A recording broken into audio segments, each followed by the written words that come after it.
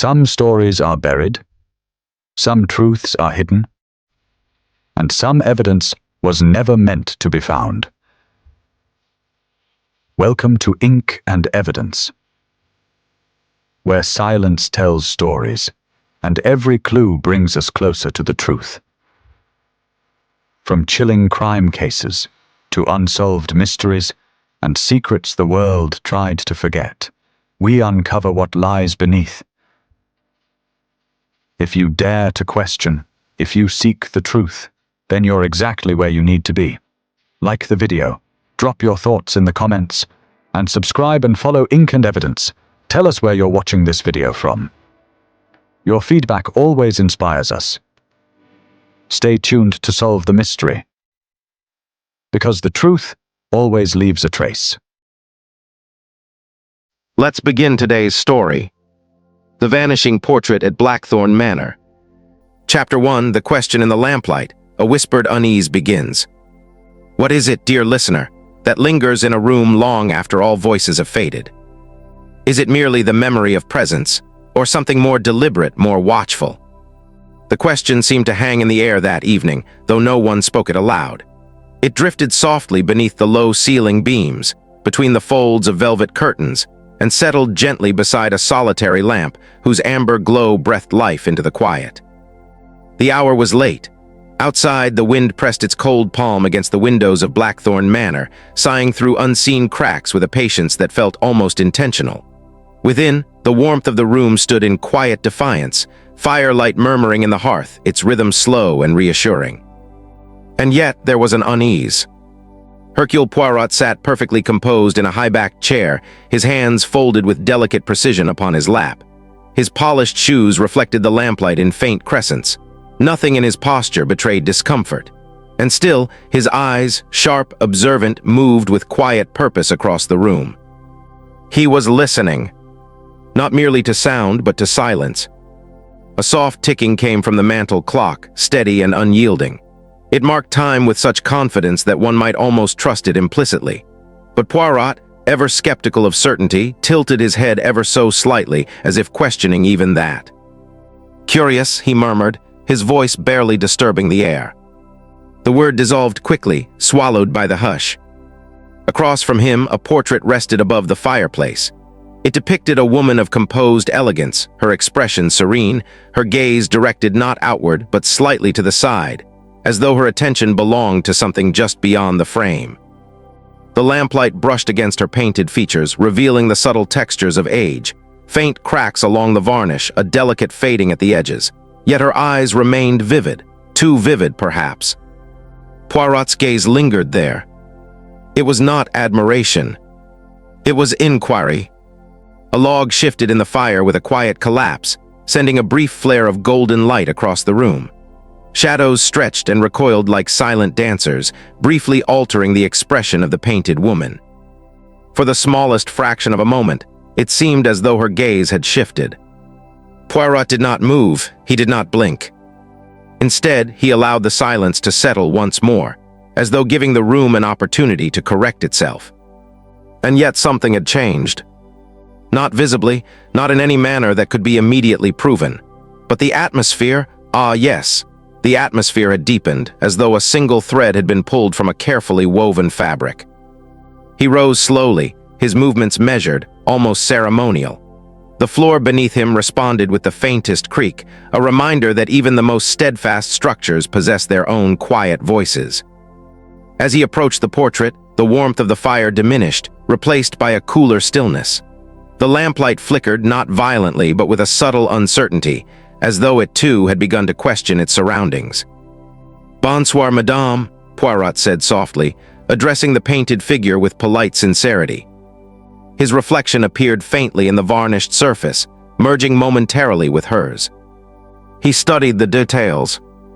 The angle of the chin, the curve of the lips, the direction of the gaze. Everything appeared correct. And yet there was a hesitation in his mind, a whisper of contradiction that refused to resolve itself. He stepped back. The ticking of the clock seemed louder now.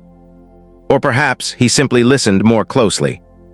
From the corridor beyond the door came the faintest sound, so soft it might have been dismissed entirely. A shift, a breath, the suggestion of movement. Poirot turned his head slightly, though his body remained still. The sound did not repeat. "Interesting," he said, this time with a touch more weight. He crossed the room and opened the door just enough to allow a thin ribbon of darkness to slip inside. The corridor beyond was unlit, stretching into quiet obscurity. No movement, no figure, only the distant sigh of the wind pressing against the manor's bones. He closed the door gently. The latch clicked with a finality that felt deliberate. Returning to the center of the room, Poirot paused. The portrait remained above the fireplace, unchanged, unmoving. And yet, he narrowed his eyes. There it was again. Not movement, not precisely, but an inconsistency, a detail that resisted alignment with memory. The gaze. He was certain, no, almost certain, that earlier the woman's eyes had been directed slightly more to the right.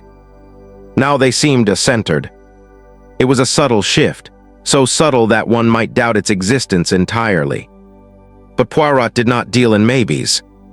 He dealt in certainties carefully uncovered. He moved closer once more, this time slower, as though approaching a living presence that might react to haste. The air felt cooler here. The fire behind him whispered softly, its warmth now distant, almost irrelevant. "Ah," he breathed.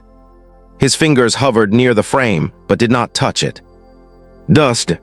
There was dust along the upper edge, fine, undisturbed, resting with the quiet confidence of something long untouched.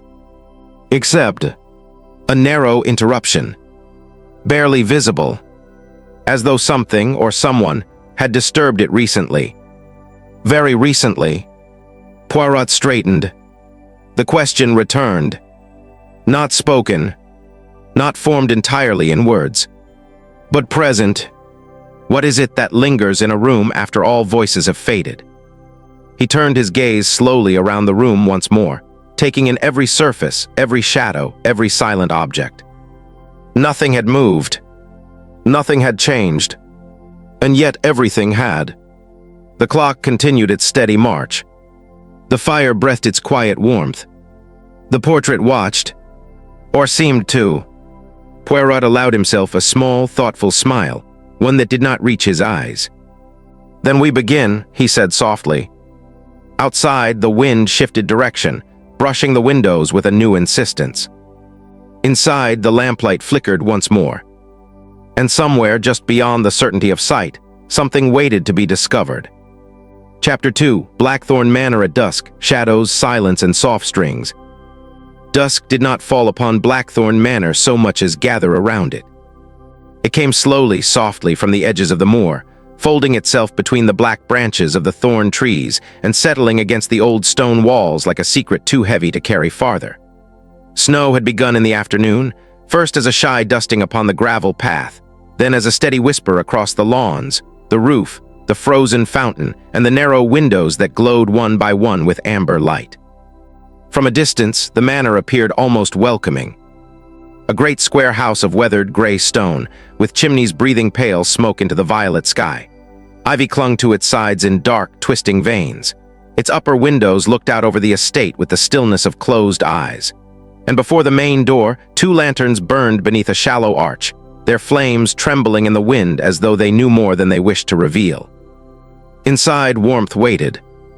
The entrance hall was high and shadowed, paved in black and white marble worn smooth by generations of footsteps. A fire burned in a wide hearth at the far end, reflecting in suits of armor and polished wood, in brass umbrella stands and the glass eyes of mounted stags. The air smelled faintly of beeswax, old roses, damp wool, and something older still, the private scent of a house that had listened for too many years.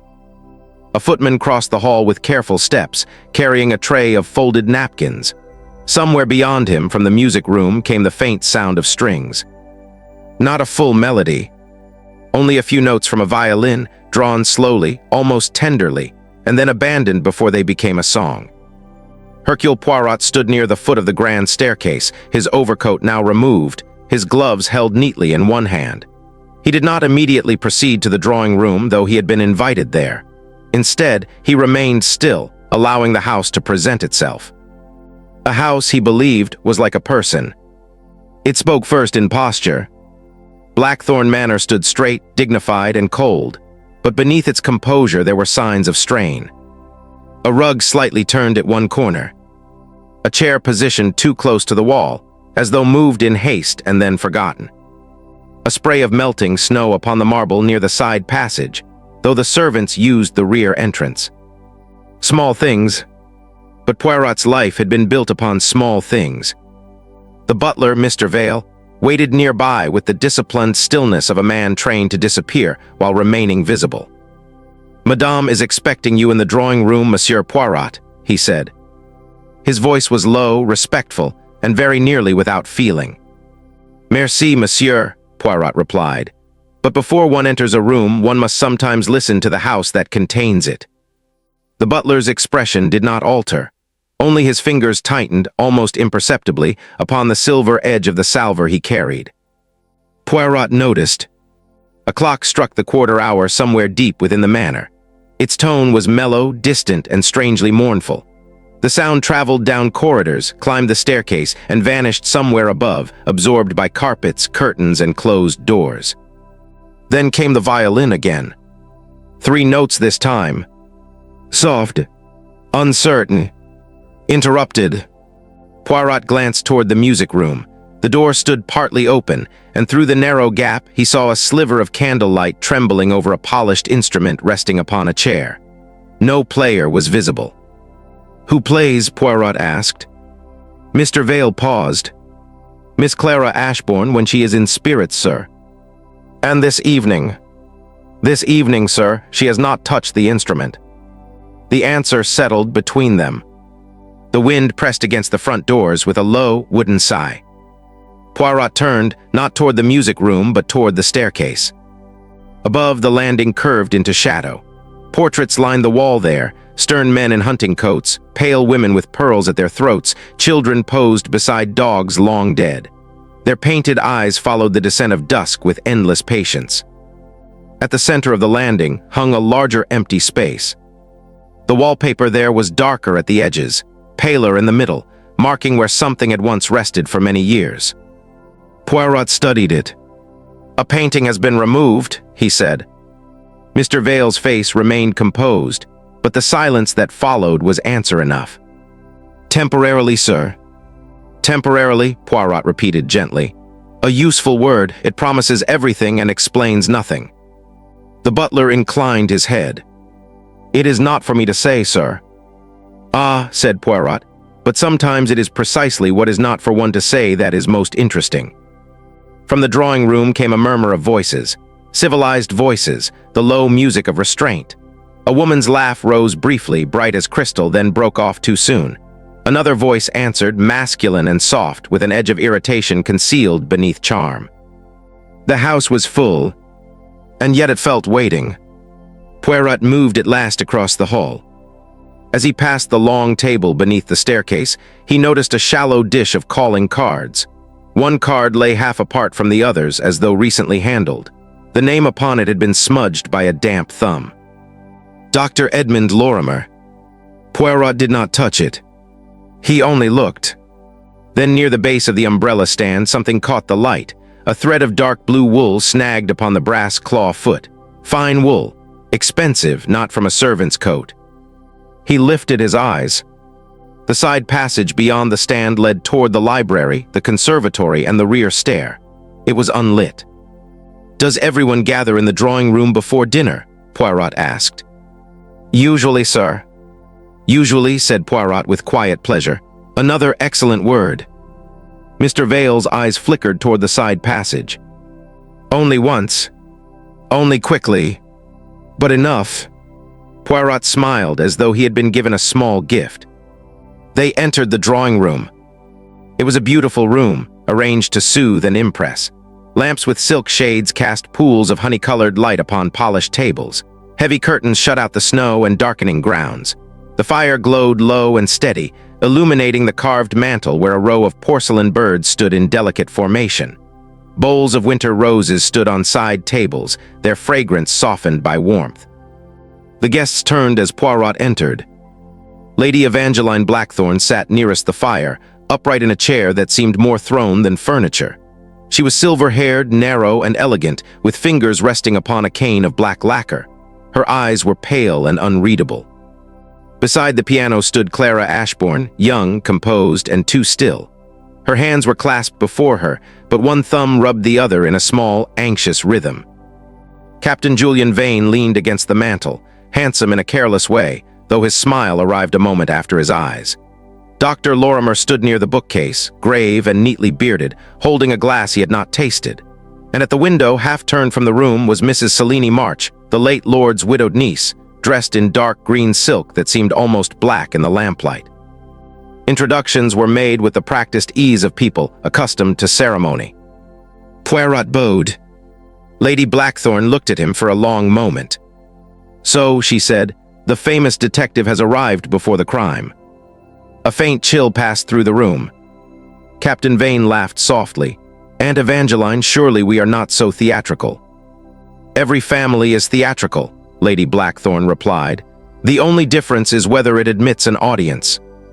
Poirot's eyes rested upon her. "And have I been invited as audience, madame, or as participant?" Her mouth curved not quite into a smile. "That remains to be seen." The fire gave a small, dry crack. Clara flinched. No one commented. Poirot accepted a small cup of tisane and seated himself where he could observe both the room and the door. Conversation resumed, but it did not recover its earlier shape. It moved carefully, like a person walking over ice. They spoke of snow, of poor roads, of the difficulty of preserving old houses, of the inconvenience of inheritance. At that word, Mrs. March turned from the window. "Inheritance is only inconvenient to those who expected more from it," she said. Captain Vane's smile thinned.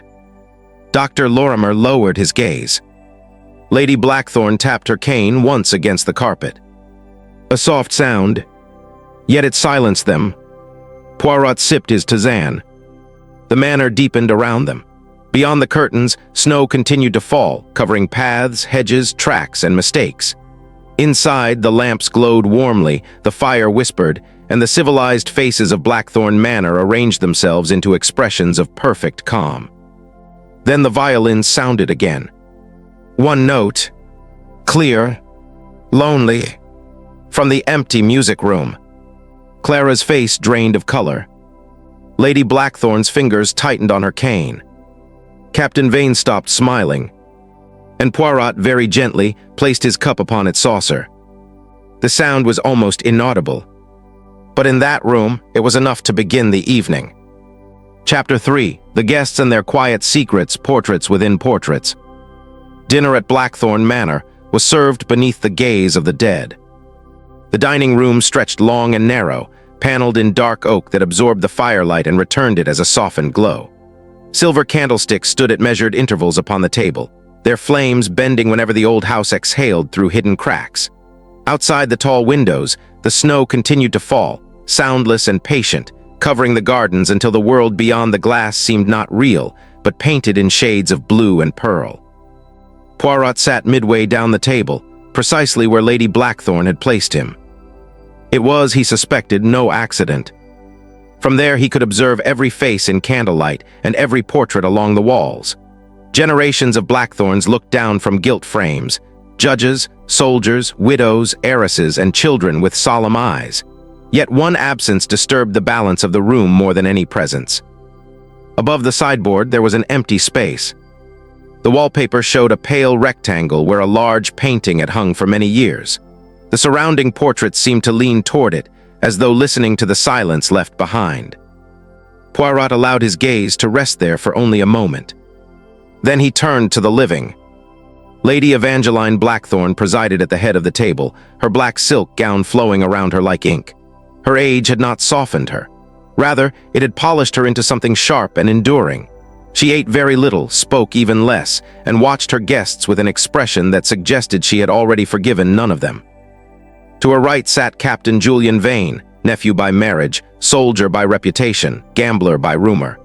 His dinner jacket was immaculate, his cufflinks discreetly expensive, and his charm so carefully arranged that Poirot wondered how much debt had gone into maintaining it. He smiled often, but never when he believed himself unobserved. "Snow always improves an old house," Captain Vane remarked, lifting his wineglass. "Covers the cracks." Lady Blackthorn's eyes moved to him. "Only from a distance, Julian." His smile held. "Then distance is a blessing." Across from him, Mrs. Selene March lowered her eyes to her plate. She was beautiful in a quiet, winter-like way. Dark hair, pale skin, a voice that never rose. Grief had suited her, people said, after her husband died, or perhaps people merely preferred grief when it made a woman more decorative. She wore no jewels except a thin gold chain at her throat, and one hand rested near it whenever certain names were spoken. Poirot noticed this, especially when the late Lord Blackthorn was mentioned. Beside her sat Dr. Edmund Lorimer, composed, thoughtful, and careful with every word. His hands were long and clean, with the faint yellowing at the fingertips of a man who had once smoked heavily and stopped by force of will. He listened more than he spoke. When he did speak, his tone carried the softness of professional reassurance, the sort offered to patients, widows, and frightened children. Yet when the empty space above the sideboard caught his eye, his expression tightened before he could prevent it. A small thing, but small things were often doors. Clara Ashbourne sat near Poirot, her posture straight, her face turned slightly toward the fire as though she were cold. She was Lady Blackthorn's ward, though not by blood. Young, fair, and restrained, she possessed that particular stillness found in people who have learned early that emotion can be used against them. Her hands lay folded beside her plate, but beneath the table, one foot moved restlessly against the carpet. Poirot heard the faintest brush of satin against wool. Tap. Pause. Tap. Fear, perhaps. Or impatience. The final guest, Mr. Tobias Crane, occupied the far end of the table with the air of a man who belonged everywhere and nowhere. He was an art dealer from London, round-faced, soft-voiced, and perfumed faintly with bergamot. His eyes had the shine of commerce. He admired the silver, praised the wine, and spoke of paintings as though they were sleeping animals one must not wake too roughly. "The Blackthorn collection is quite exceptional," he said. "Underappreciated perhaps, but exceptional." "Underappreciated by whom?" Lady Blackthorn asked. Mr. Crane dabbed his mouth with a napkin. "The market, my lady. The market is often slow to recognize what families have long taken for granted." "Families," said Mrs. March quietly, "often take too much for granted." The candles flickered. Captain Vane leaned back, amused. Selene grows philosophical in winter. Mrs. March looked at him then. Not sharply. Worse. Calmly. And you grow cheerful when someone else's possessions are discussed. For a moment, no one moved. Then Dr. Lorimer set down his glass with almost exaggerated care. "A fine collection should remain intact," he said. "Old houses lose something of themselves when their walls are stripped." Mr. Crane's smile returned, small and smooth. "Sentiment is an admirable frame, Doctor, but a poor valuation." Poirot looked from one face to another. There it was, the music beneath the conversation. Money, memory, possession, and something more personal. The soup was replaced by fish, the fish by roast pheasant, the pheasant by a delicate pudding scented with orange and spice. Servants moved quietly around the table, their shoes soundless upon the carpet. Mr. Vale oversaw all with solemn precision, appearing whenever needed and vanishing before gratitude could be offered. Yet even he was not invisible to Poirot. Each time the empty wall was mentioned, the butler's eyes lowered. Not in grief, in caution. After dinner, the guests withdrew to the drawing room, where coffee waited upon a low table and the fire had been built high. The room smelled of cedar wood, cream, and melting snow brought in on hems and shoes. Somewhere in the hall, a door closed gently. The sound seemed ordinary. Too ordinary. Poirot stood near the mantel, studying the porcelain birds arranged there. 7 birds, all white. One had been turned slightly toward the wall, unlike the others. He adjusted nothing. "Do you admire them, Monsieur Poirot?" Clara asked. Her voice was soft, but she had approached without hesitation. "I admire order, mademoiselle, especially when it is disturbed. She followed his gaze to the porcelain bird, then looked quickly away. It was probably one of the maids. Probably, Poirot said. The word rested between them. Clara's fingers tightened around her coffee cup. You see too much, monsieur. No, said Poirot gently. I see only what is shown to me. It is people who choose what to show. Her eyes lifted to his. For an instant, something trembled there, confession, perhaps, or warning. Before she could speak, Captain Vane crossed the room. Poirot, he said lightly, you must not let Blackthorn unsettle you. The place is theatrical, as my aunt says.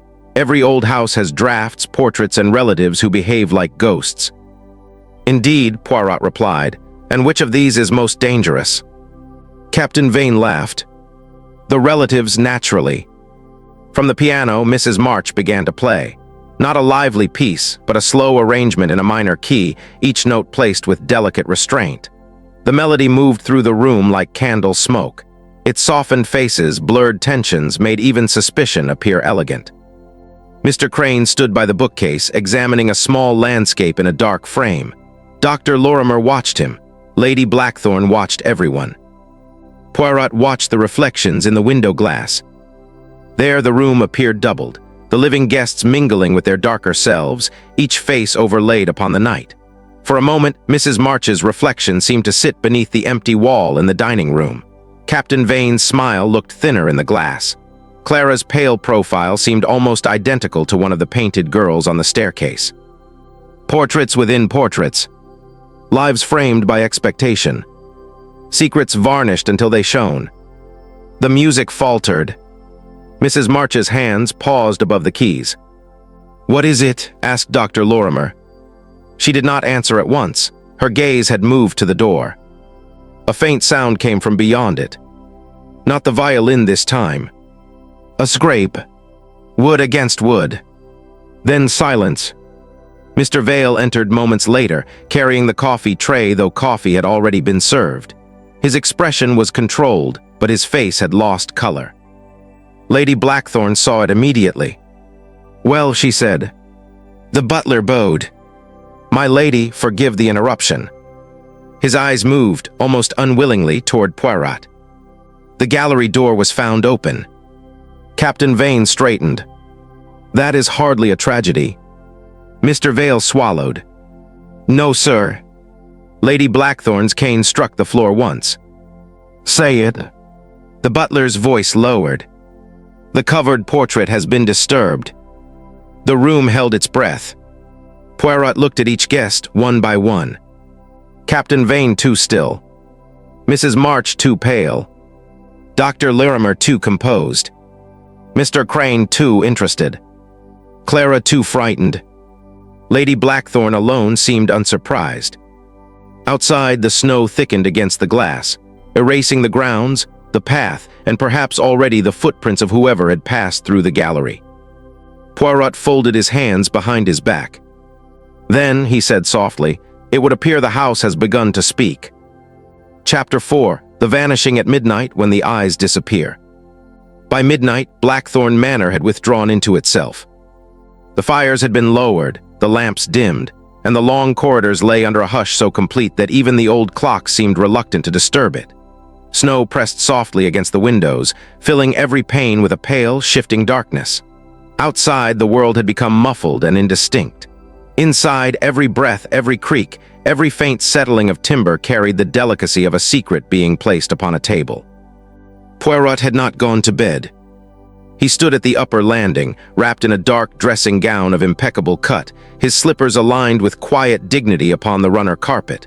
In one hand he held a small candle, in the other his watch. 5 minutes to midnight. Below him, the entrance hall slept beneath a cold glimmer of moonlit snow. Above him, the portrait gallery stretched into shadow. The gallery door stood closed. Earlier that evening, Mr. Vale had reported that the covered portrait had been disturbed. Lady Blackthorn had said nothing for several seconds, then had ordered the matter postponed until morning. It was a command delivered with such authority that everyone obeyed it, though no one believed sleep would come easily.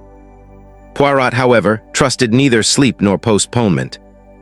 He had observed that fear changes shape after dark.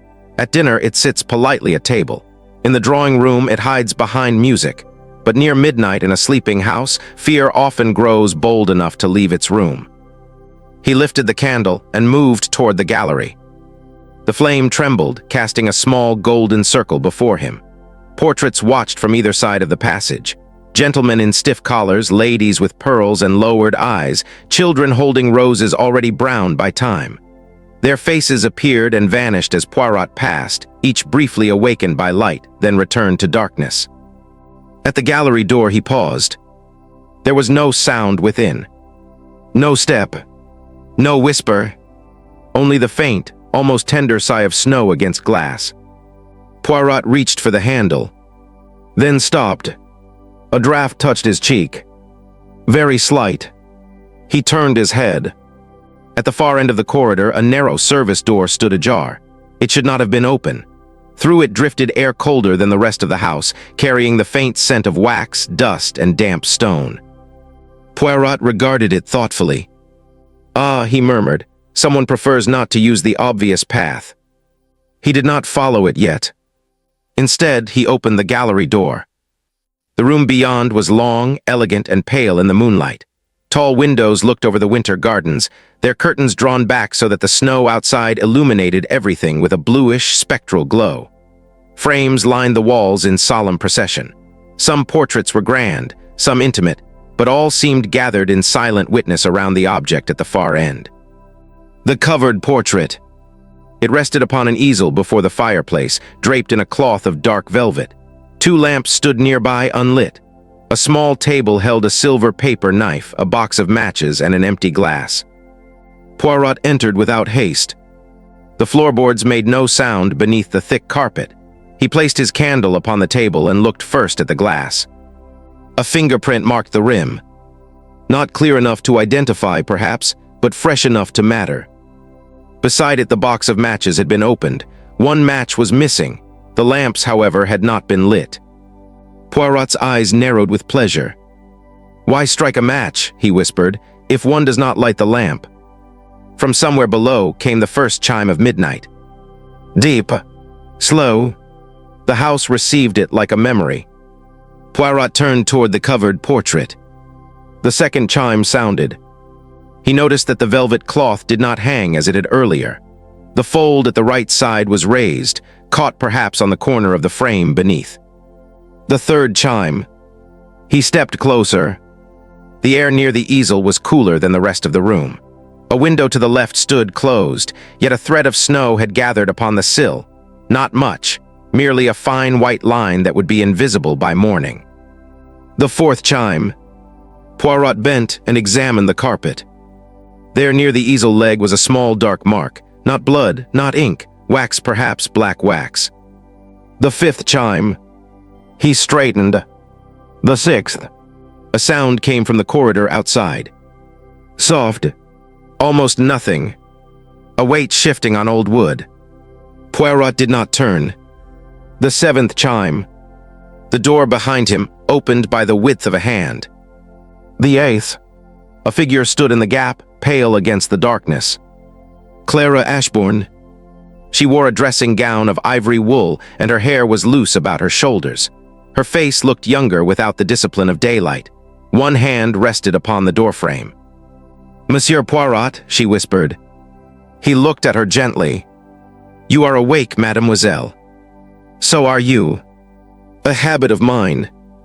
Her gaze moved past him to the velvet-covered portrait. "Please," she said, so quietly the word barely survived the room. "Do not uncover it." The ninth chime sounded. Poirot remained still. "Why?" Clara's fingers tightened around the wood. "Because no good can come of it tonight." The 10th. "Truth," Poirot said softly, "is not dangerous because of the hour, only because of the people who fear it." Her eyes filled, though she did not weep. Before she could answer, another door opened behind her. Captain Vane appeared in the corridor, tying the belt of his robe, his handsome face arranged into surprise too late to be convincing. "What the devil is this?" The 11th chime. From the opposite end came Dr. Lorimer carrying a lamp. Behind him, Mrs. March emerged in dark silk, silent as a shadow. Mr. Crane followed last, wrapped in a patterned dressing gown, his expression alert beneath a performance of alarm. And then Lady Blackthorn arrived. She did not appear startled. Mr. Vale supported her at the elbow, though she seemed to require him less than he required something to do with his hands. The 12th chime sounded. Midnight settled. They gathered at the threshold of the gallery, drawn by the same dread and the same fascination. No one asked why they had all been awake. That question was too delicate and therefore too revealing. Lady Blackthorn looked at Poirot. "Well," Poirot inclined his head toward the covered canvas. "I think, Madame, the portrait has been waiting." Captain Vane laughed sharply. "Paintings do not wait." "No," said Poirot, "but those who hide behind them sometimes do." The words entered the room and changed its temperature. Mr. Crane cleared his throat. "Surely this can wait until morning." "You are fond of waiting, monsieur?" Poirot asked. "I am fond of reason. Reason is already present." Poirot turned back to the easel. Clara made the smallest movement forward, then stopped. Dr. Lorimer watched her, not the portrait. Mrs. March watched Lady Blackthorn. Captain Vane watched Poirot's hands. Mr. Crane watched the frame. Only Mr. Vale watched the floor. Poirot noticed all of it. With great care, he reached for the velvet cloth. The room seemed to hold its breath. He lifted. The fabric slid downward in a whisper. The portrait beneath was revealed. For one suspended instant, no one spoke. It was the painted woman from the house's memory, Lady Aurelia Blackthorn, long dead, famous for her beauty, infamous for something no one cared to name. She wore a gown of pale blue satin, one hand resting upon a closed book, her mouth shaped by an expression between tenderness and warning. But the eyes were gone, not damaged in anger, not slashed, not crudely destroyed. They had been carefully, precisely removed from the canvas. Two dark oval absences stared from the face, cut away with such delicacy that the surrounding paint remained untouched. The effect was not violent but intimate, and therefore far more disturbing. Clara gasped. Mrs. March closed her eyes. Captain Vane muttered something under his breath. Mr. Crane stepped forward involuntarily, then checked himself. Lady Blackthorn remained very still. Poirot did not look at the ruined face for long. Instead, he looked at the others. "Interesting," he said. Captain Vane stared at him. "Interesting, the thing has been mutilated." "Non," Poirot said, "it has been edited." A silence followed. From the fireplace came the faintest settling of ash, though no fire burned there. Poirot leaned closer to the canvas. Around the empty eyes, the cuts were clean and recent. The removed pieces were not on the floor, not behind the easel, not upon the table. Whoever had taken them had wanted them. The eyes had not been destroyed. They had vanished. Poirot turned slowly to the gathered household. "Someone came here tonight," he said, his voice calm enough to be almost soothing. "Someone struck one match in the dark. Someone opened a window for a breath of cold air. Someone touched this glass, dropped black wax upon the carpet, and took from this portrait only what mattered." Lady Blackthorn's cane trembled once against the floor. Poirot looked at the eyeless portrait, then at the living faces before him. "And now," he said softly, "we must ask why the dead woman was not allowed to see." Chapter 5. Footsteps in the corridor, echoes, glances, and unspoken doubts. By morning, the snow had sealed Blackthorn Manor from the world. It lay thick upon the drive, bending the hedges and softening the statues in the garden until each stone figure appeared to be listening beneath a white hood. The sky was pale and low, and a gentle gray light entered the windows without warmth. Indoors, the manor seemed quieter than before, not peaceful but watchful. No one had slept well. At breakfast, the long table looked too large for the people gathered around it. Cups were lifted, lowered, forgotten. Toast cooled upon porcelain plates. Silver knives touched butter with delicate hesitation. Every ordinary sound felt enlarged. The clink of china, the sigh of the coffee pot, the dry rustle of Lady Blackthorn's newspaper, which she did not read. Poirot observed from his place near the window, where daylight rested upon his face and left his eyes unreadable. The portrait's mutilation had changed the household. Last night, suspicion had been a shadow. This morning, it had taken a chair at the table. Captain Julian Vane appeared first to recover his composure. He leaned back with theatrical ease, dressed perfectly, though Poirot noticed that one cufflink did not match the other. Gold on one wrist, pearl on the other. A small disorder, but on such a man, it was nearly a confession of nerves. "A foolish prank," Julian said. "A grotesque one naturally, but still a prank." Lady Blackthorn did not look up. "No one here is young enough for pranks." Mr. Crane stirred his tea. His spoon circled 3 times, then stopped, then circled again. "The damage, my lady, may affect the value considerably." "The value," Mrs. March repeated softly. He flushed. "I speak professionally." "How fortunate," she said, "to have a professional instinct at breakfast." Dr. Lorimer intervened with his usual gentleness. "We are all unsettled. Perhaps it is best not to assign meaning too quickly." Poirot smiled faintly. "Meaning, doctor, is often assigned before the act. It is detection that must catch up." Clara Ashbourne sat silent, her hands folded in her lap. Her face was calm, too calm, as if stillness had been carefully painted over fear. She had touched no food. When the door opened and Mr. Vale entered with fresh coffee, her eyes moved sharply to him, then away. Poirot saw it. So did Lady Blackthorn. The butler's own face remained composed, but his movements lacked their former smoothness. The coffee pot trembled once as he poured. A single dark drop fell onto the white cloth near Captain Vane's plate. Julian looked down at it. "Well, Vale," he said lightly, "even you are mortal." "My apologies, sir." The butler withdrew, but not before Poirot noticed a faint gray powder along the edge of his right sleeve near the cuff. Ash, dust, or the residue of an old corridor seldom used.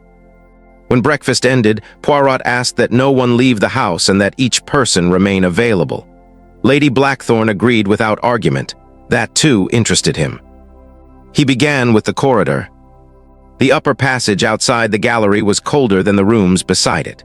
Morning light showed what candlelight had concealed. Faint impressions in the carpet runner, interruptions in the dust along the skirting, and near the service door, a single thread of dark blue wool caught upon a splinter in the wood. Poirot bent carefully and removed it with his pocket tweezers. Dark blue, fine quality. He placed it in an envelope. Then he opened the service door.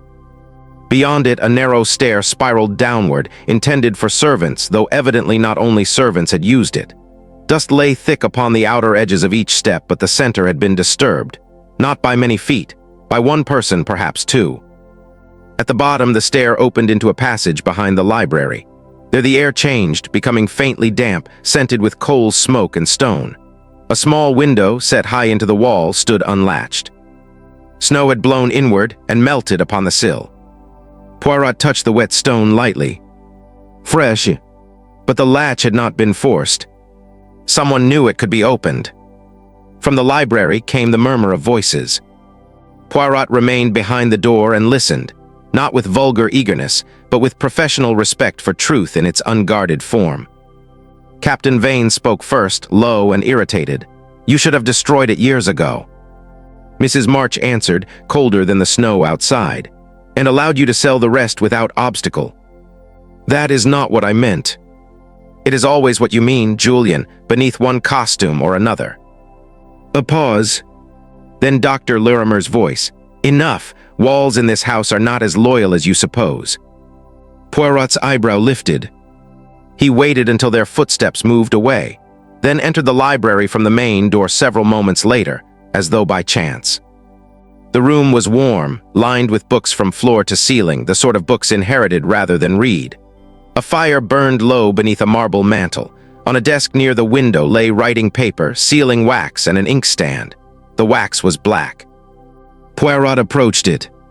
The stick had recently been used. Its softened end bore the angled mark of a hurried flame. Beside it rested a letter opener with an ivory handle. No residue upon the blade. He turned as Mrs. March entered, alone this time. She stopped when she saw him.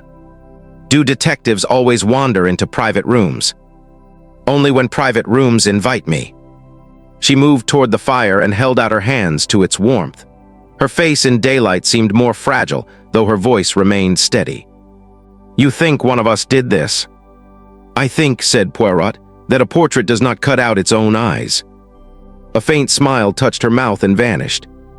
"The eyes were the best part," she said. "You admired them." "No, I remembered them." Poirot waited. Mrs. March looked into the fire. Lady Aurelia's eyes were said to be unusual, not blue, not gray, almost violet. My husband said they followed him as a child. He hated that painting. "Why?" "Because his father loved it more than anything living." Her hand rose to the gold chain at her throat. There again, Poirot thought. But before he could speak, footsteps sounded in the corridor outside. Slow, measured, then stopping just beyond the library door. Mrs. March turned. "Who is there?" No answer. Poirot crossed the room and opened the door. The corridor was empty. Yet the air had shifted. A faint trace of scent lingered, lavender soap and cold wool. On the carpet lay something small and pale. A flake of dried paint. Poirot picked it up. Not from the wall. From a canvas. He turned it in the light. Mrs. March whispered, "What does it mean?" Poirot placed the flake in another envelope. "It means, Madame, that someone is still moving pieces on the board." He next found Clara in the music room.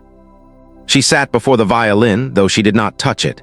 The instrument rested in its open case like a sleeping bird.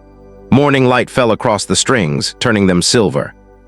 "You did not play last night," Poirot said. "No, and yet we heard music." Her face tightened. "This house makes sounds." "Indeed, but not usually in B minor." She looked at him then, startled despite herself. Poirot softened his voice. "You asked me not to uncover the portrait. Why?" Clara's gaze lowered to the violin. "Because I knew it would hurt her." "Lady Blackthorn." Clara nodded. "And how did you know what had been done?" Silence. A coal shifted in the grate. At last she said, "I didn't, not exactly." "That is a very careful answer." "It is the only one I can give." Poirot studied her hands. There was a small dark mark near her thumb, almost washed away. "Wax," he said.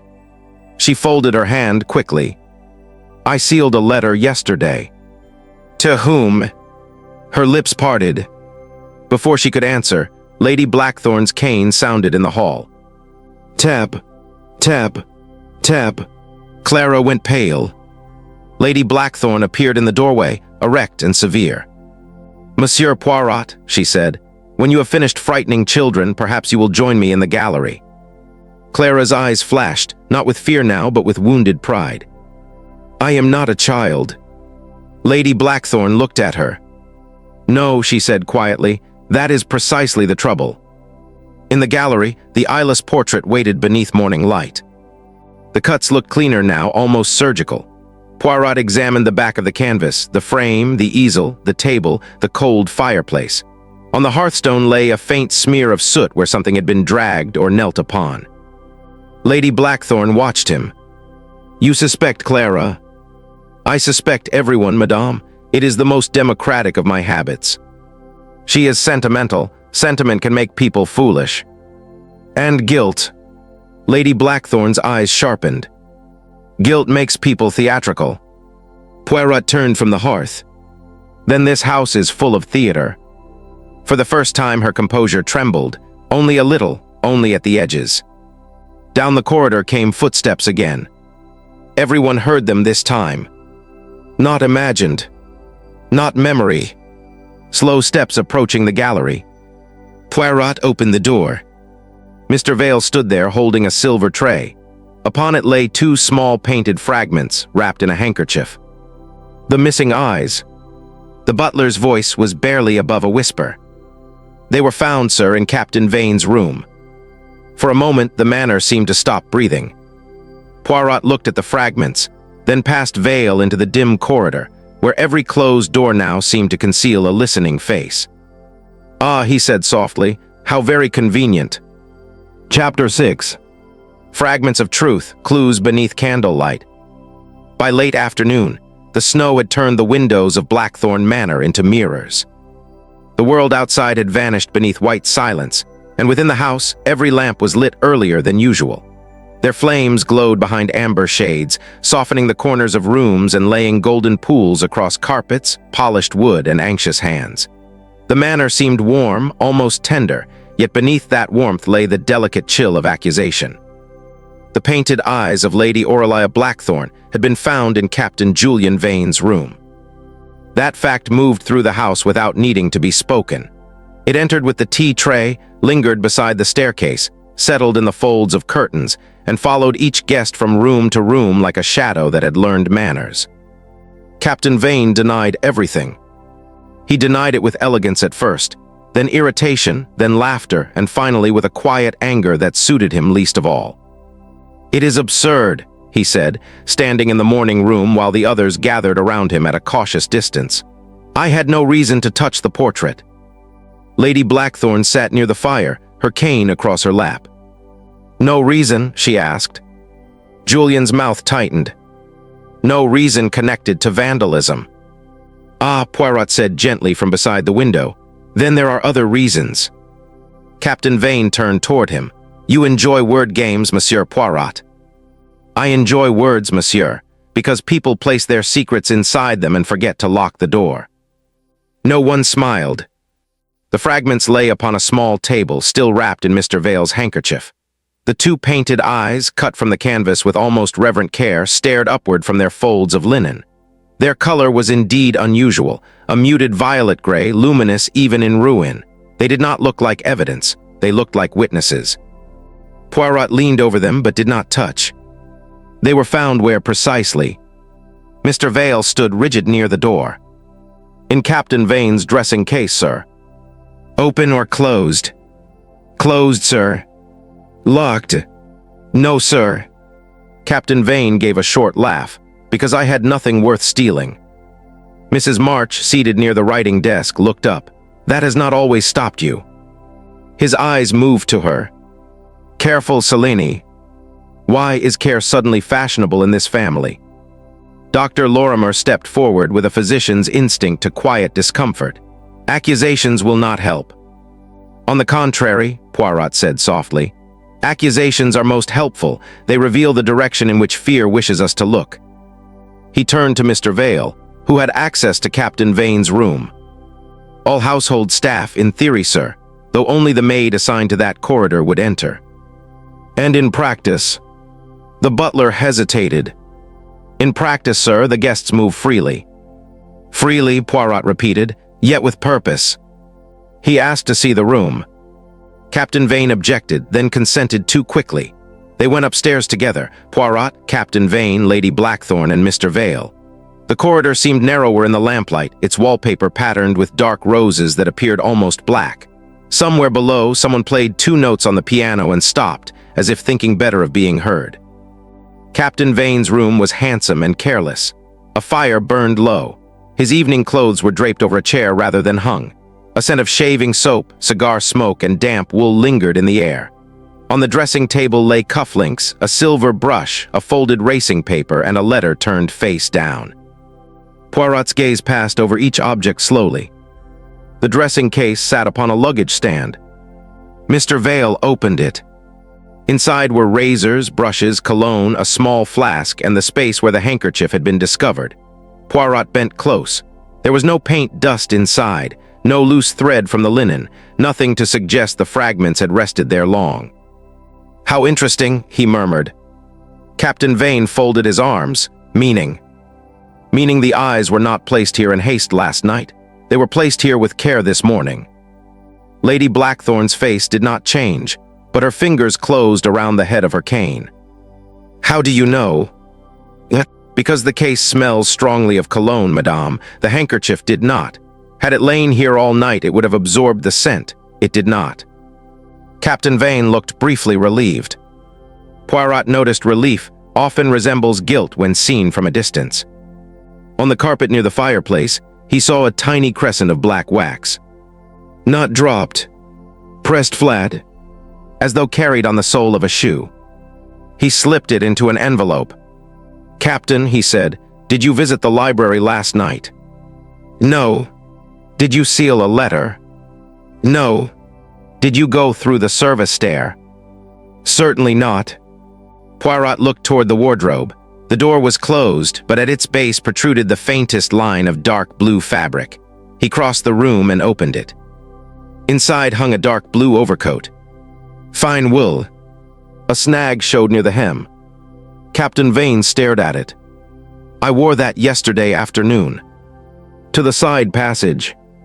To the terrace before dinner. In the snow. For air. Poirot smiled faintly. At Blackthorn Manor, monsieur, air is often taken in inconvenient places. They returned downstairs as evening settled completely.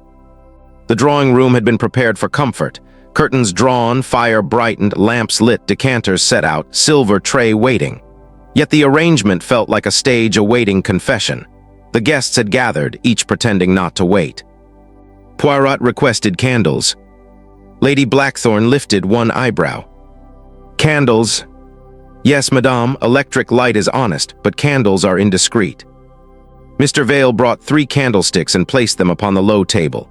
Their flames trembled as Poirot arranged the evidence around them.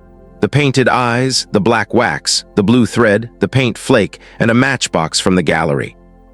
The room grew still. In darkness, Poirot began, small things become large. A footstep becomes a threat. A whisper becomes a confession. A portrait becomes a person. Clara stood near the piano, her face pale in the candlelight. Poirot looked at her. Mademoiselle Clara, yesterday you sealed a letter with black wax. She swallowed, yes. To whom? No one moved. To my brother, she said. Lady Blackthorn turned sharply. You have no brother. Clara's eyes lowered. Not when you acknowledge. The fire snapped softly. There it was, a door opening. Clara's voice trembled but did not break. My mother served here before I was born. Lady Blackthorn took me in after she died, but she never told anyone why. Captain Vane laughed under his breath. Good God. Lady Blackthorn's cane struck the carpet. Silence. Poirot's eyes remained kind. And your letter? I wrote to him because he asked about the portrait. Why? Because he believed Lady Aurelia's portrait hid something. Mr. Crane leaned forward, too quickly. Poirot turned to him. You are interested, monsieur. As an art dealer, naturally. Naturally, said Poirot. Dr. Lorimer's face had gone gray. Poirot noticed. He lifted the paint flake between his fingers. This fragment is old paint, but it does not belong to the damaged eyes. It came from the back of the canvas. Someone examined the portrait before the eyes were removed. Mrs. March whispered, For what? For a secret, said Poirot, or the proof of one. The candles burned lower. Shadows of the guests lengthened upon the walls, mingling with the portraits of the dead. Each living face seemed doubled, as if the room itself were painting them in darker colors. Poirot picked up the matchbox. One match was missing, yet no lamp was lit. Why? Because the match was not used for light, it was used to soften wax. He placed the crescent beside Clara's sample of black sealing wax. Not the same, he said. Clara looked up. Not mine. No, yours contains a faint blue pigment. This wax is pure black, older, brittle, from a seal perhaps kept many years. Lady Blackthorn closed her eyes for 1 second. Only one. But Poirot saw. Madame, he said softly, you know this wax. She did not answer. Mrs. March touched the gold chain at her throat. Dr. Lorimer watched her hand. Poirot's gaze followed. Mrs. March, may I see your pendant? She froze. It is private. Most evidence is private before it becomes useful. Slowly she unclasped the chain. At its end hung not a jewel but a small oval locket. She opened it with trembling fingers. Inside lay a miniature portrait of a man. And behind it, folded almost invisibly, a piece of old paper sealed with cracked black wax. Captain Vane leaned forward. What is that? Mrs. March's voice was barely audible. My husband's last note. He told me never to open it unless the portrait was threatened. Lady Blackthorn whispered, Selene. There was no command in her voice now. Only age. Poirot held out his hand, but Mrs. March shook her head. With great care, she broke the remaining wax and unfolded the paper. Her eyes moved across the words. All color left her face. She looked not at Captain Vane, nor Lady Blackthorn, nor the ruined, painted eyes upon the table. She looked at Dr. Lorimer. "You knew," she said. The doctor's glass slipped slightly in his hand. Poirot sat back, his expression calm, almost sorrowful. Outside, snow continued to fall against the dark windows. Inside, beneath candlelight, the fragments of truth had begun to fit together. And the silence that followed was no longer empty. It was waiting for a name. Chapter 7. The convenient explanation, a comfort too easily found. The note in Mrs. March's hand had changed the room more completely than a scream. No one had raised their voice. No glass had shattered. No door had slammed in theatrical outrage. Yet the drawing room of Blackthorn Manor seemed altered, as though the walls had shifted by inches and every familiar object now stood in a slightly dangerous place. The candles burned low upon the table. Their flames trembled in the drafts of the old house, bending over the fragments of evidence. The painted eyes, the black wax, the blue thread, the flake of canvas, the opened matchbox. Together they formed a quiet little court, and all present seemed awaiting judgment. Mrs. Cellini March stood with the unfolded note in her hand. Her face was pale, her expression controlled by the thinnest possible thread. Dr. Edmund Lorimer, whom she had accused with 2 quiet words, remained beside the hearth. He looked not frightened exactly, but weary, as though he had been waiting years for this moment and was tired to find it had come at last. "You knew," Mrs. March repeated. Dr. Lorimer set down his glass. "Yes," he said. The word fell softly, but it carried. Captain Vane exhaled in satisfaction. Mr. Crane leaned forward with open curiosity. Clara Ashbourne stared between them, bewildered and afraid. Lady Blackthorn, in her chair by the fire, did not move at all. Poirot watched the doctor with thoughtful stillness. "You knew what, doctor?" he asked. Dr. Lorimer looked at Lady Blackthorn. For the first time since Poirot's arrival, the old woman seemed to age before them. Not visibly in the face, perhaps, but in the shoulders, in the fingers resting upon her cane, in the sudden frailty of silence. "The portrait contained a document," Dr. Lorimer said. Mr. Crane's eyes sharpened. "A document?" "A private one," said Lady Blackthorn. Captain Vane gave a short laugh. "Naturally, everything here is private until someone profits by it." "No one has profited," Dr. Lorimer said. "Not yet." Poirot lifted a hand, and the argument faded. The room settled again into the soft crackle of firelight. Dr. Lorimer continued. "Years ago, Lord Blackthorn believed there was a paper hidden behind Lady Aurelia's portrait, not in the frame, but between the original canvas and a later lining. He spoke of it near the end of his life, when fever made him less guarded. He said the eyes were the key." Clara whispered, "The eyes?" "Yes," said the doctor. "The painted eyes had been restored differently from the rest. Beneath them, he believed, there were markings that indicated where the lining could be loosened without damaging the work." Mr. Crane could no longer restrain himself. "That is entirely plausible. Restoration marks concealed signatures, even hidden memoranda." Lady Blackthorn turned her cold gaze upon him.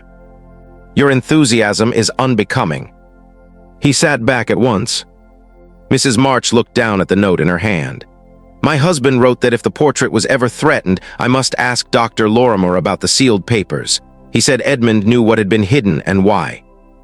"Did he?" Poirot asked gently. Dr. Lorimer's mouth tightened. "I knew only part of it. Enough to cut the eyes from the portrait." The doctor looked up sharply. "No." Captain Vane smiled. "Come now, doctor, you were found out. Best not spoil the dignity of confession by clinging to innocence." Dr. Lorimer turned to him with unexpected firmness. "I did not mutilate that painting. But you knew where to look." "I knew where another man believed one should look." "And black wax?" Mrs. March asked. "The seal in my locket, the wax on the carpet, your family used black wax, did they not?" A faint color rose in the doctor's face. "My father did." "Your father," Lady Blackthorn said softly. Those two words entered the room like cold air. Poirot's eyes moved to her. At last, the old woman spoke again. "Dr. Lorimer's father was once physician to this family, before Edmund's time, before many things were tidied away." "And the hidden paper?" Poirot asked. Lady Blackthorn's fingers tightened. "A foolish old scandal." "There are no foolish scandals, madame. Only scandals whose victims have grown old." The fire gave a low sigh. Dr. Lorimer moved to the table. "I will say what I know. Lord Blackthorn believed Lady Orelei had left a confession, something regarding inheritance, legitimacy, and a child who did not belong where society placed him. He became obsessed with it. He asked my father before his death whether he had ever seen such a paper. My father refused to answer." "Why?" Clara asked. The doctor looked at her with painful gentleness. "Because truth can be misused as easily as lies." The words landed too close to something within her. Clara looked away. Captain Vane stepped forward. "So there we have it.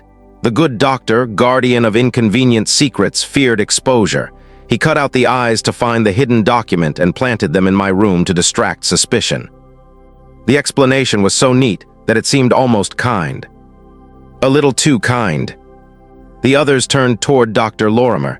Even Mrs. March's face carried the reluctant relief of a mind grasping at structure after too much uncertainty.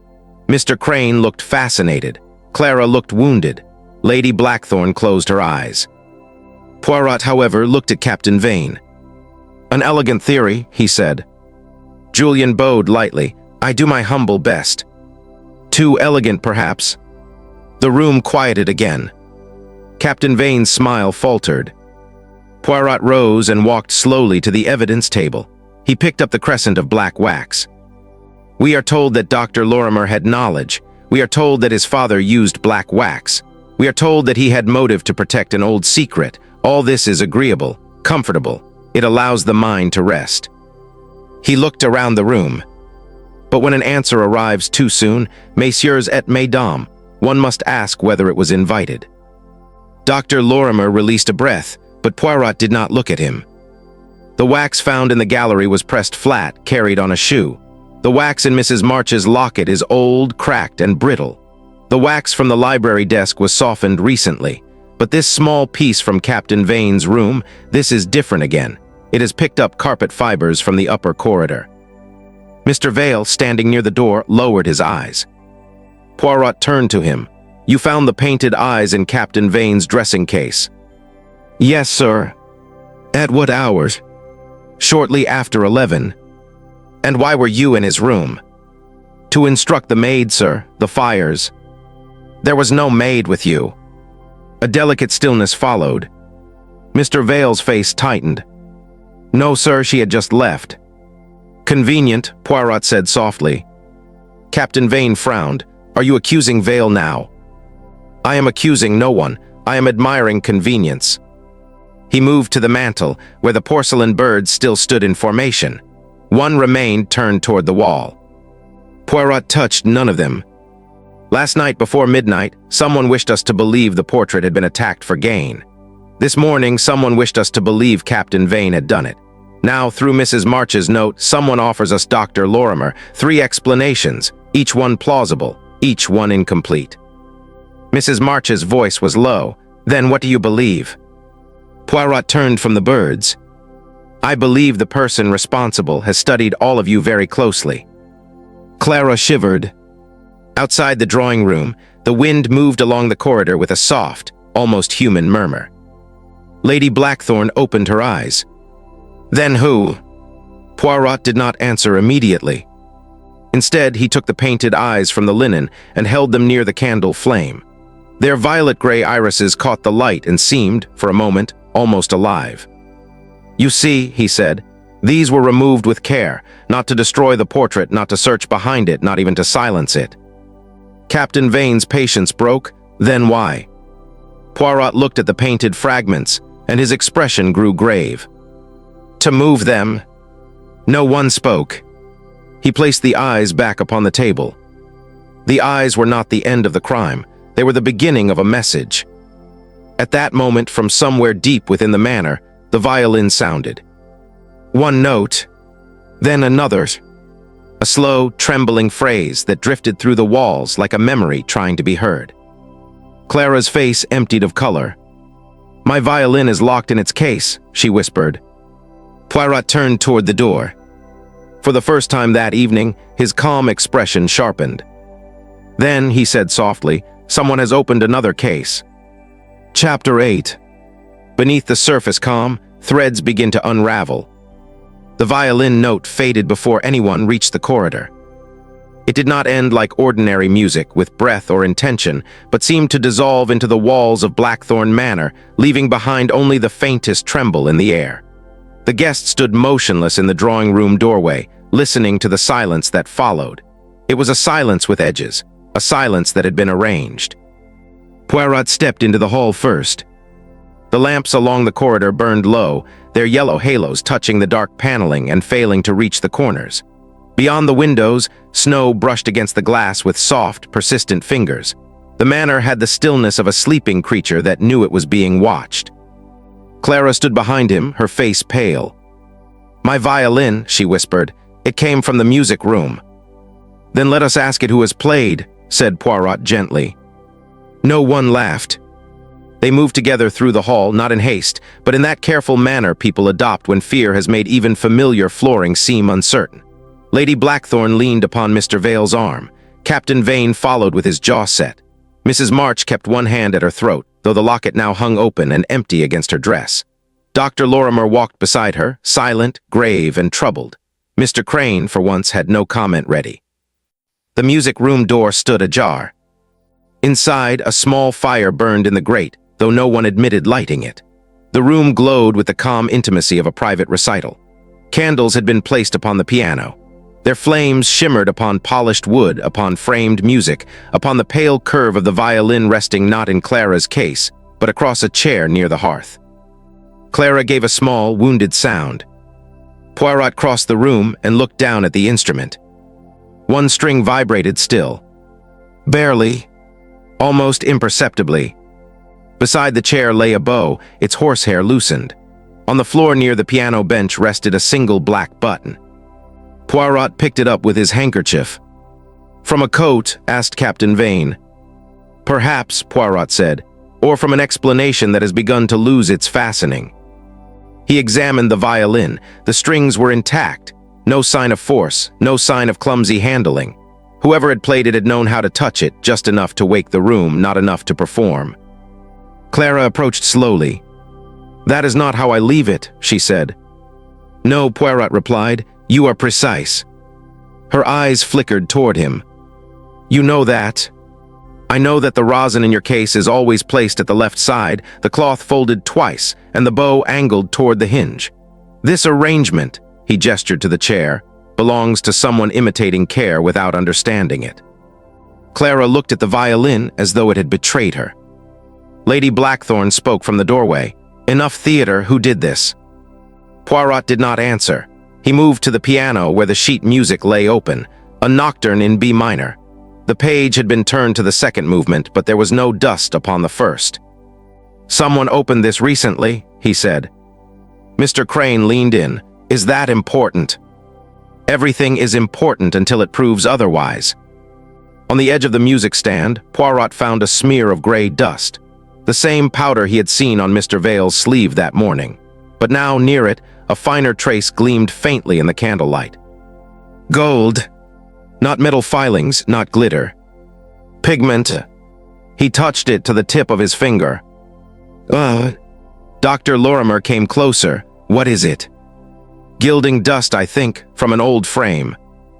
Mr. Crane stiffened. "You cannot possibly know that from a speck." Poirot turned to him pleasantly. "No, monsieur, but I can know that you hoped I could not." The art dealer's face closed. Outside the room, the wind passed over the roof with a low, distant moan. Poirot placed the black button upon the piano and asked everyone to sit. No one wished to, and so they obeyed. The room arranged itself in reflections. Lady Blackthorn near the fire, her face carved by candlelight. Clara beside the violin, hands clasped tightly. Captain Vane near the window, his impatience visible. Mrs. March upright on the sofa. Dr. Lorimer standing behind her like a man unwilling to choose either distance or closeness, Mr. Crane in the shadow of a bookcase, Mr. Vale by the door. Poirot remained in the center. "This evening," he said softly, "we have had a performance. The violin note was intended to draw us here, not away from something, I think, but toward something." Captain Vane folded his arms. "Toward what?" Poirot looked at the fire. "Toward the past." Lady Blackthorn's cane tapped once. "I dislike poetry and investigations. But crime, madame, often commits poetry despite itself." He turned to Mrs. March. "The note from your husband said the portrait was threatened, yet he died before any current danger, did he not?" "Yes," she said, 3 years ago. And still he anticipated this moment. Her voice lowered. He feared the painting would be sold after Lady Blackthorn's death. Captain Vane shifted. "Many things will be sold eventually." "By you?" asked Clara suddenly. His eyes cut to her. "You would do well to remember your position." Lady Blackthorn's voice was quiet. "And you, Julian, would do well to remember yours depends upon my patience." The fire crackled. Poirot watched the exchange with interest. "Positions," he murmured. "Yes, everyone in this house has been placed. Lady Blackthorn at the head, Captain Vane near the inheritance, Mrs. March near grief, Dr. Lorimer near old knowledge, Mr. Crane near value, Miss Clara near charity." Clara flinched. Poirot's voice softened, but perhaps charity is not the correct word. Lady Blackthorn looked into the flames. No one spoke. Poirot turned to Mr. Vale. "And you, monsieur, near all doors." The butler's expression remained disciplined, but his throat moved. "I serve the house, sir." "Do you, or the family?" "To me, sir, there has never been a difference." "Ah," said Poirot, "that may be the tragedy." A silence followed, deep and fine. Then Mrs. March rose. "There is something you have not asked." Poirot inclined his head.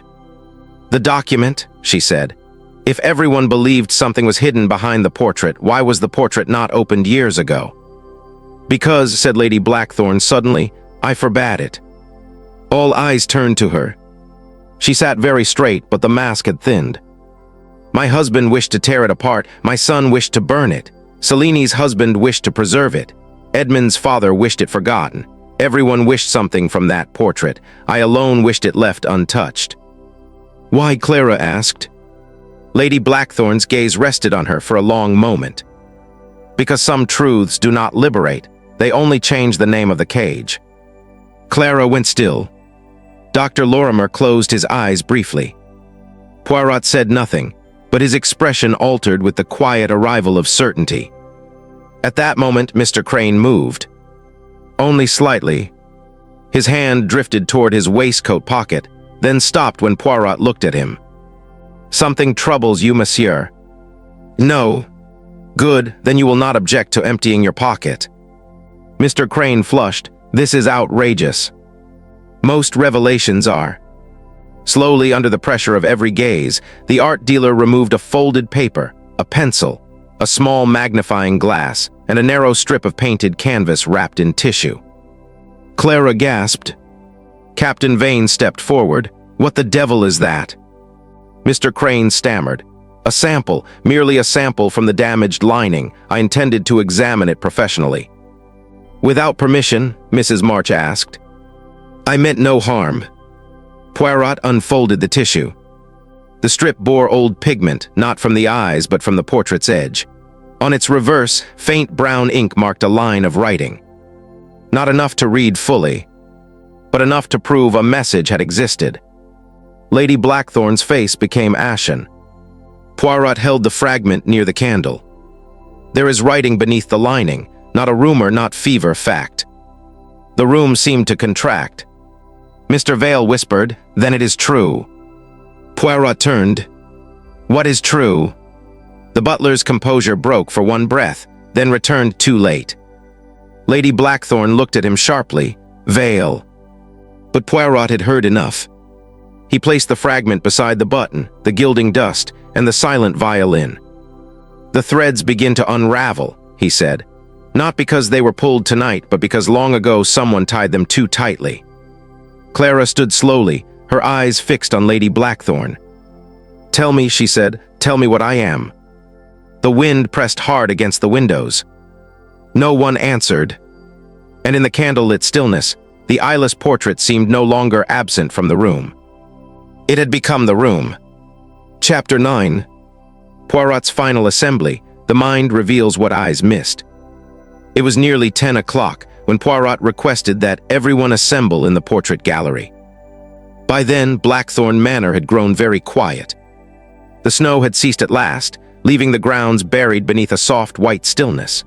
Moonlight lay across the windows like frost upon glass. In the gallery, lamps had been turned low, and candles stood in silver branches along the mantel, their flames wavering gently whenever the old house sighed. The eyeless portrait of Lady Aurelia rested once more upon its easel.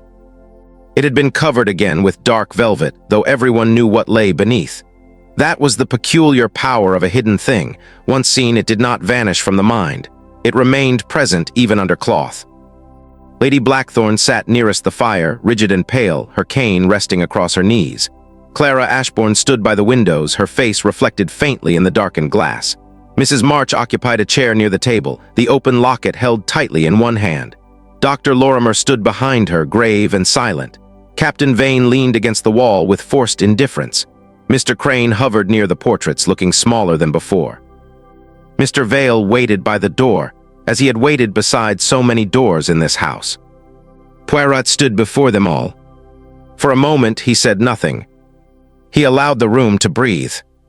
Then he spoke softly. "Mesdames et messieurs, there are crimes of violence and there are crimes of arrangement. The first leaves blood, the second leaves patterns. This affair has left us no body, no weapon, no cry in the night. Only a portrait, 2 missing eyes, a violin note, a thread of wool, black wax, gilding dust, and many silences." Captain Vane shifted. "If this is to be a lecture—" "It is to be an ending," Poirot said. The words settled gently but firmly. No one interrupted again. "At first," Poirot continued, "it seemed that someone had mutilated the portrait in order to search for a hidden document. A reasonable idea, too reasonable. Then the painted eyes were found in Captain Vane's room, suggesting guilt. Again, convenient. Then Dr. Lorimer's knowledge appeared and suspicion moved to him, also convenient.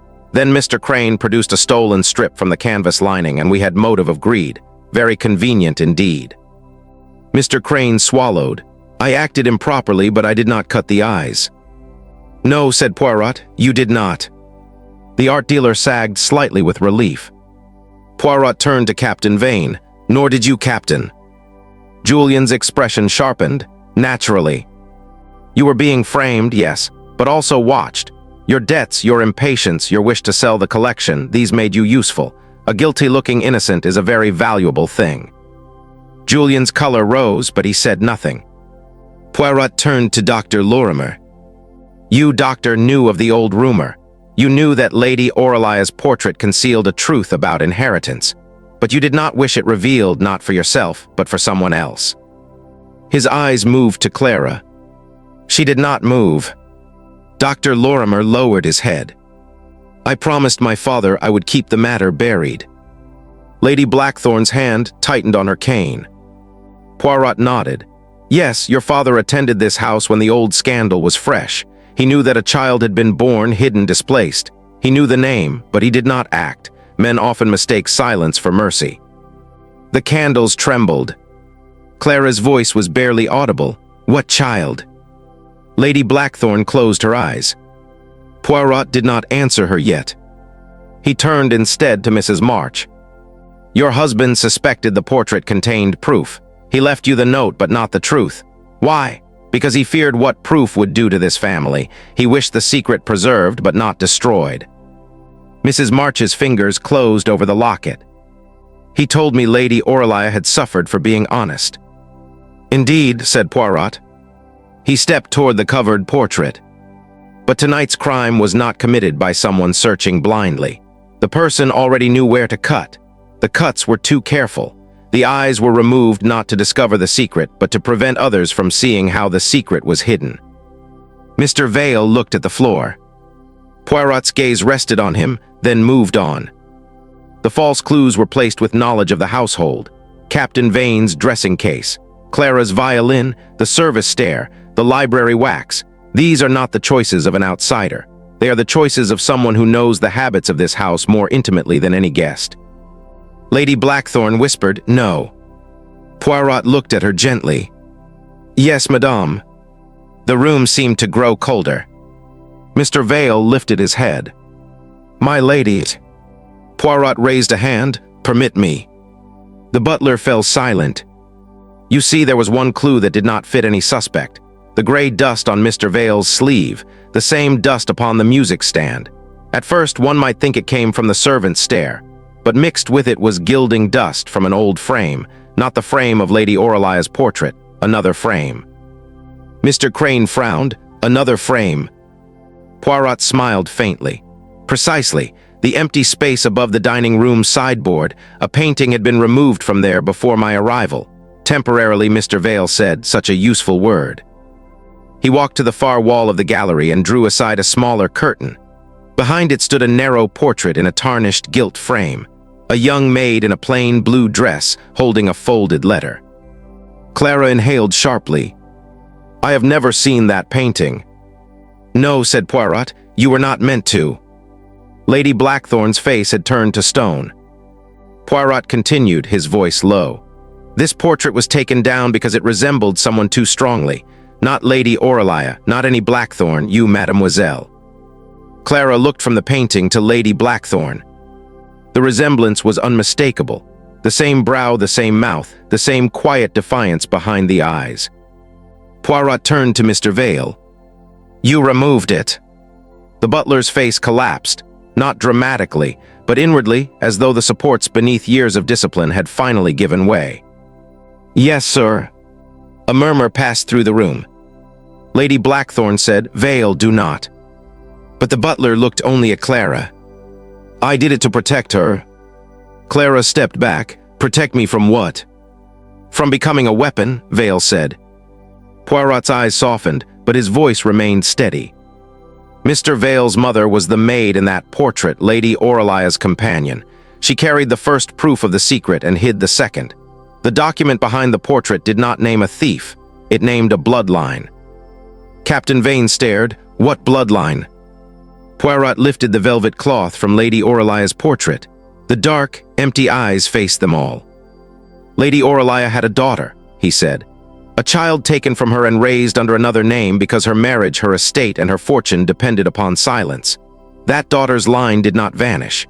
It led, quietly and inconveniently, through servants, rooms, and closed doors to Clara Ashbourne." Clara stood perfectly still. Lady Blackthorn's voice broke at last. "I took you in." "Yes," Poirot said, "but not out of charity." The old woman trembled. "I was trying to make amends. And also to control the truth." The fire snapped softly. Mr. Vale spoke again. "I learned what the portrait contained when Lady Blackthorn ordered the smaller painting removed. I knew Mr. Crane had been asking questions. I knew Captain Vane wanted to sell. I knew the doctor knew more than he said. I thought, if suspicion scattered among them, the document would remain hidden long enough for Clara to be spared." "You cut the eyes," Poirot said. "Yes." "Moved the fragments." "Yes." "Played the violin." A faint, pained smile touched the butler's mouth. "Badly, sir." Clara's eyes filled. "You lied to me." "I served you," Vale whispered. "No," she said, "you served fear." The quiet after that was immense. Poirot reached behind the damaged canvas and with delicate care drew out a folded paper loosened from the lining. Its seal had long since broken. He gave it not to Lady Blackthorn, not to Mr. Vale, but to Clara. "For you," he said. Her hands shook as she accepted it. No one asked her to read it aloud. Some truths, once uncovered, need not be performed. The candles burned low, the portraits watched. Outside, the snow reflected the moon in silver calm. Poirot looked once more at the eyeless Lady Orelia. "The eyes were removed," he said softly, "but it was the mind that saw, and what it saw was this: no portrait vanishes completely while one person remains brave enough to remember." Clara folded the paper against her heart. And for the first time since the mystery began, Blackthorn Manor seemed not silent with secrets, but tired of keeping them. Chapter 10. The portrait restored a stillness that tells all. Morning came to Blackthorn Manor without ceremony. It arrived first as a pale softening at the windows, then as a silver line along the edges of the curtains, and finally as a quiet wash of winter light over the long gallery where the candles had burned themselves into small pools of wax. Outside, the snow lay untouched except where the wind had shaped it into gentle drifts. The thorn trees stood black and delicate against the dawn, every branch outlined in frost. Inside, the house seemed older but lighter. Not happy, houses such as Blackthorn Manor did not become happy in a single night. They released sorrow slowly, plank by plank, room by room, yet something had altered. A pressure had lifted from the walls. The corridors no longer seemed to listen with suspicion, but with exhaustion. In the portrait gallery, Lady Aurelia's damaged painting remained upon the easel. The two missing eyes lay on a square of velvet beside it, awaiting restoration. Without them, the painted face seemed strangely peaceful, as though blindness had freed her from watching what the living had done in her name. Clara Ashbourne stood before it, holding the folded document Poirot had given her. She had read it only once. That had been enough. The paper had confirmed what the house had concealed, that Lady Aurelia Blackthorn had borne a daughter whose existence had been hidden to preserve an inheritance and a marriage already corrupted by pride. That daughter had not vanished. Her blood had continued quietly through servants' halls, borrowed surnames and softened truths, until it arrived in Clara, not as a claim shouted in anger, but as a life waiting to be named. Lady Blackthorn entered slowly, leaning on her cane. For the first time, she came without Mr. Vale. The butler had withdrawn before dawn to a small sitting room near the servants' wing, where he had asked to remain until the local authorities could be sent for. He had not protested. He had confessed plainly, almost gently, as though the truth, once spoken, required no decoration. Clara did not turn at once. Lady Blackthorn stopped beside her. "I was 17 when I first heard the story," she said. "Aurelia was already long dead. They spoke of her as one speaks of a storm that damaged the roof, regrettable, inconvenient, best not remembered too often."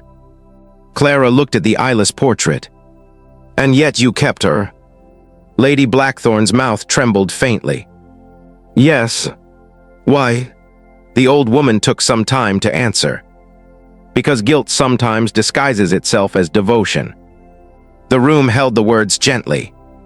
A fire had been lit in the grate, small and careful. Its warmth did not reach far, but it touched the lower edge of the portrait, glimmering over old varnish and the delicate injury where the canvas had been cut. Clara unfolded the document once more. Her fingers were steady now. "You knew I was connected to her?" "Yes. All these years." Lady Blackthorn closed her eyes. "Not with certainty at first, later, yes. And still you let me believe I was here by kindness. I told myself kindness was part of it." "Was it?" A coal settled softly in the fire. Lady Blackthorn opened her eyes. "Yes," she said, "but not enough." Clara folded the paper again. Poirot stood near the far end of the gallery, beside a tall window clouded with frost. He did not intrude. He watched the two women as he watched all human arrangements, with sympathy, precision, and a certain sadness for the unnecessary cruelties people mistake for protection. Behind him, Mrs. March entered quietly. She wore a simple dark dress and carried her locket closed in one hand. Dr. Lorimer followed at a respectful distance, his face pale from a sleepless night. Captain Vane appeared last, unshaven and subdued, the sharpness of his charm dulled by the failure of advantage. Mr. Crane had already left his room once to ask whether travel might be possible, discovered the snow still too deep, and retreated into silence. No one seemed eager to speak. At last, Poirot turned from the window. "The roads will be cleared by afternoon," he said. "Until then, Blackthorn Manor has one final duty to perform." Captain Vane gave a weary sigh. "Must we have another revelation?" "No, monsieur. Revelations are for darkness. Morning is for arrangement." He gestured toward the portrait. "The eyes must be restored to their rightful place." Mr. Crane, who had slipped in unnoticed near the door, looked up quickly. "I know a restorer in London, extremely discreet." Lady Blackthorn's gaze moved to him. "You will not touch it." Mr. Crane colored. "I only meant." "I know what you meant," she said. For once, he bowed his head. Poirot approached the small velvet square. With delicate care, he lifted the painted fragments, not as evidence now, but as remains. The irises caught the pale morning light, violet gray, luminous, watchful even when severed. He handed them to Clara. Her breath caught. "I cannot repair it." "No," Poirot said gently, "but you may decide that it shall be repaired." Clara looked at Lady Blackthorn. The old woman inclined her head. "It is yours to decide." The words surprised everyone, perhaps Lady Blackthorn most of all. Clara held the fragments in her palm. For a moment they seemed too small to have caused so much grief. Two painted eyes, two ovals of canvas, yet around them had gathered inheritance, fear, loyalty, greed, shame, and love in its most misguided form. "They should be restored," Clara said. "Not hidden, not sold, not worshipped, just restored." Poirot smiled faintly. "Très bien." Mrs. March stepped closer to the painting. "My husband thought the portrait would destroy us." "Perhaps," said Dr. Lorimer softly. "It was what we did to avoid it that came nearest." Lady Blackthorn looked toward him. "Your father should have spoken." "Yes," he said, "and so should I." Clara turned to him then. "Did you know about me?" His answer was quiet. "I suspected. I was afraid that saying so would turn your life into a dispute." "My life was already a silence," she said. He bowed his head. Captain Vane moved restlessly near the wall. "And what now? Does the entire estate pass into melodrama?" Lady Blackthorn's eyes sharpened with a glimmer of her old authority. "What now, Julian, is that you will no longer speak of selling what was never yours." His mouth opened, then closed. Poirot's expression remained serene. "An excellent beginning." Outside, a distant sound reached them, the scrape of shovels along the front steps. The servants had begun clearing the manor's threshold. The ordinary world was returning, slowly, practically, with wool coats, cold hands, and the rhythm of work. Mr. Vale was brought to the gallery at his own request before he was taken away. He entered without dignity lost, though sorrow had bent him. His black coat was perfectly brushed. His face was calm, only his eyes betrayed the cost of the night.